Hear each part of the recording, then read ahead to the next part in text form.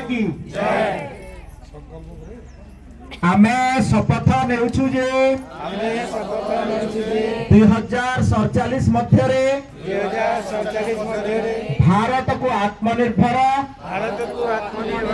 एवं विकसित राष्ट्र भावे गढ़ी तोड़िबा स्वप्न को साकार करिबु गुलामगिरी मानसिकता को दृढ़तार सह प्रतिहत करिबु देशर समृद्ध ऐतिह्य को नहीं गर्व करिबु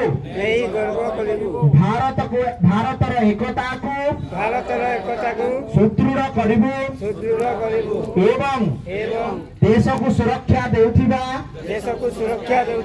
देश रक्षकंक सम्मान करिबु नागरिक हेबार कर्तव्य को